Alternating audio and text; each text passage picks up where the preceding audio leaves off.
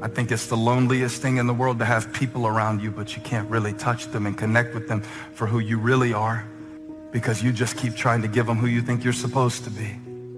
That's a lonely place. You think this message is just for single people? It's not. You think I'm talking about people who don't have followers on Instagram? I'm not.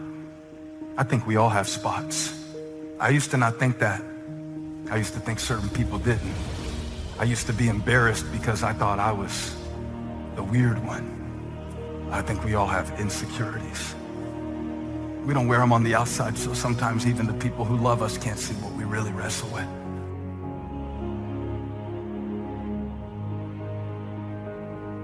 Pain is not your enemy, pain is your servant. And pain is telling you that there's a problem here and you need to get it fixed. You need to drag it out of the dark and you need to deal with this, and you have to decide enough is enough. It's time for a new direction. It's time to say that's it. Turn to somebody and say that's it. Passivity is a spirit and it'll kill you. It'll kill your relationships. It'll kill your home. It'll kill your marriage. If we just sit back and do nothing, it'll kill you. You're going to have to move ahead in spite of your fear. All right? I've said many times that every major decision in Saddleback's 42-year history that I had to make, I was scared to death to do it. I just did it anyway because I was not going to let fear dominate me. We're going to do the right thing.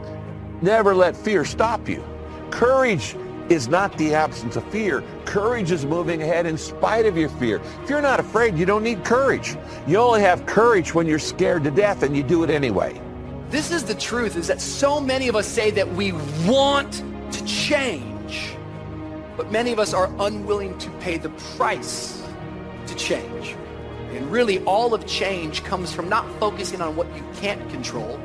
It comes from focusing on what you can control.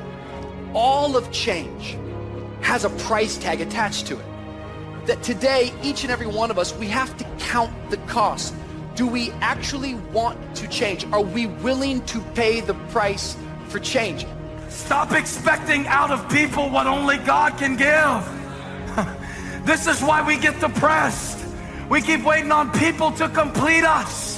If you wait on somebody to complete you, you are going to be in a constant state of suspension, LJ. They can help you. God can use people to bless you, but quit putting demands on people that are unreasonable.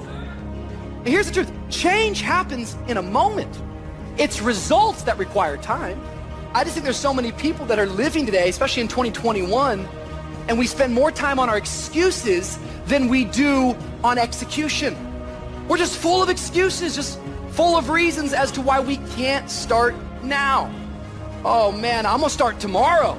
Some of you, you started the fast, and because you failed 3 days in, you just gave up on the rest of the 18 days. No. Start today, begin again. You're failing in realizing that the most valuable thing that you have is today. More and more people seem to be losing control of their lives, enslaved with habits that are robbing them of joy, robbing them of peace. They need healing of fear, healing of resentment and anger. The moment that you reach into the darkness and stop hiding your issues and you pull them out into the light, healing begins. Why would you ever choose to fight time when you could have time on your side?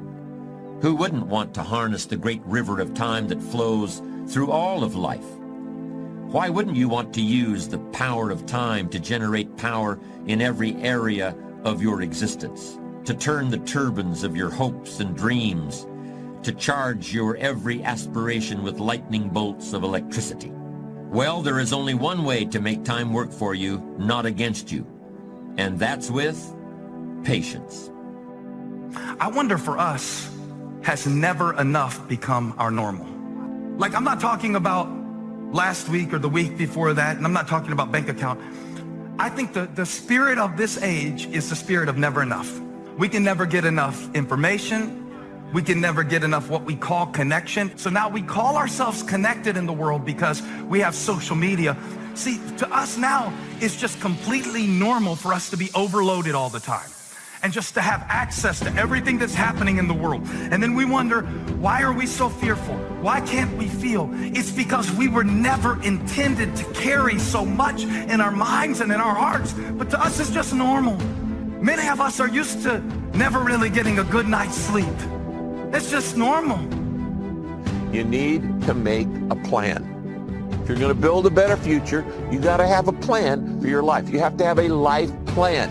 You need to write down a simple plan and get started on building a better future. Now, it's not going to happen without a plan. If you don't have a plan for a better future in your life, you're just going to coast. And you can't coast into a better you. You can't drift into a better future. It takes intention and it takes planning. Now, I'm sure you've heard the old cliche, if you're failing to plan, you're planning to fail. Now, that may be a cliche, but you know what? It's still true. Nothing's going to happen in your life till you first get dissatisfied with what you're doing, take a good look at what's going on inside your soul, and then you come up with a simple plan. I would encourage you to be a transformational person. You see, transformational people, they inspire others in such a way that they positively bring change into people's lives. To be a transformational person, you have to first be transformed. So I would encourage you, make the changes necessary in your life that make you a better person. What I've discovered is that most incredible positive change happens when we begin to embrace good values. You have to kind of leave something to go to something, and what I encourage people all the time is leave the bad habits to go to the good habits, and leave the bad values and go to the good values. That's where you begin to see the change, the transformation take place. Here's what I do know. The moment that you see the change happen inwardly, it begins to positively affect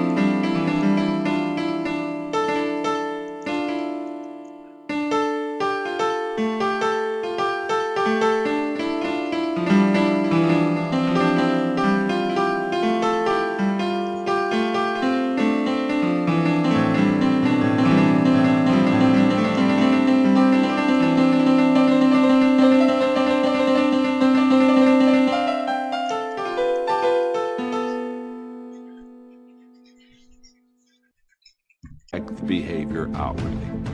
When that happens, you become contagious. You got to focus on your strengths. When you're hungry to win, you spend your time and your energy being a warrior, not a worrier. No, you don't expend time worrying because you want to get in a fight mode. And when you have something that you want to do, when life has knocked you down and slapped you around, in order for you to get back up, you got to be hungry to win. I was determined to become successful in this area. Why, Les? Because I was hungry to take care of my mother. And so when you're hungry to win, you realize this. Number one, you go all out. That's what it takes now to make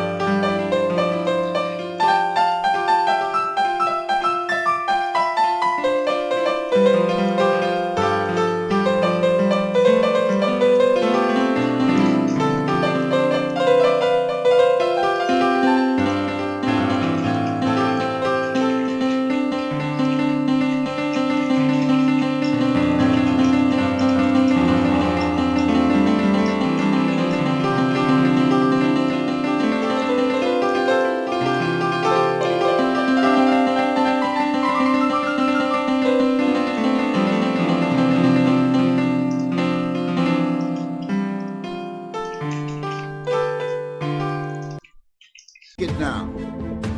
In order to win, in order to create a different life for yourself, you got to be hungry